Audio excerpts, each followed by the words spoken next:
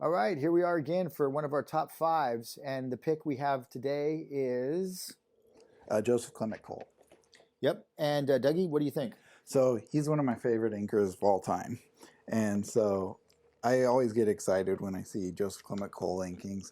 We do, in our inking classes, we do a lot of studies from this page in particular, which so much great character work in here, so much great plain work.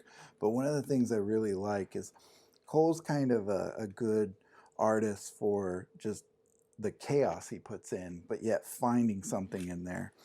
And I think this may be a little difficult to see, but this one here is one of my favorites. This is from the Lost World. It's a bunch of ape men kind of falling down out of the tree, but just the structure of the anatomy is so solid in there, even though some of it's a little whimsical in a way.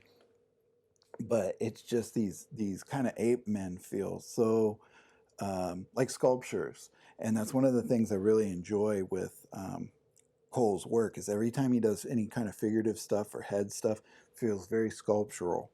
And oftentimes, not as much in these examples, but oftentimes, well, here's a good example.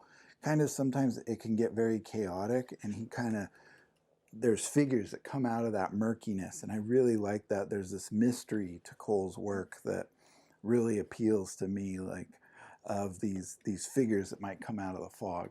Really cool stuff. Yeah, and I agree with Doug 100%. I think half of his stuff shouldn't work, but it does, and that's why I love it. It's that how does he pull that off? It's so, chaotic, and yet when I really look at the planes in the head and how he's coming around an eye socket, it almost looks like he's using the Riley method, which we're big on at our school, even though I don't know if he knew it in that context, but he really knows his anatomy.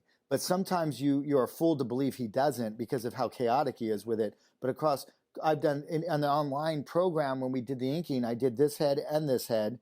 I've also translated that head into gouache. I've used these many different times for different teachings. But when you go through the book, that one I also demoed in ballpoint pen in the actual online program. But that should not hold together. And when you look at it, you just go, holy crap. Is that I mean, you have to get your bearings, but when you look at it, there's a lot of method to the madness. Most of this is quill work, and it's just beautifully done. I mean, like, just a wonderful composer, vignetter, powerful inker, real guttural inker, almost the opposite of Booth. Very and Booth's more like, just like a surgeon, and he's more like just, cut and slash and dash and it's like cut and burn, slash and burn. A little bit of rock and roll versus classical music. It's wild. It's wild, but there's definitely method to the madness, in here. And again, I see a lot of great inkers that have borrowed from him over the years. More contemporary would be Gianni, who does Solomon Kane, or I think he's doing Prince Valiant now or whatever.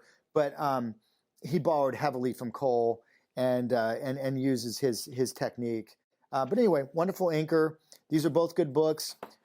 This one's a little hard to find. I think, Doug, you were saying this one is now too? Yeah, this one's a little expensive. This one I think is a little cheaper right now than this one. And again, one of the things is go online and look for water damage versions or whatever. I mean, just get them with their torch, because you're going to ink them and get ink on them, and you're going to be sketching from them. And if they fall apart, you can hole punch them and put them in a binder at Kinko's or something, or just, whatever. It's just, you want to use these things. They're not precious.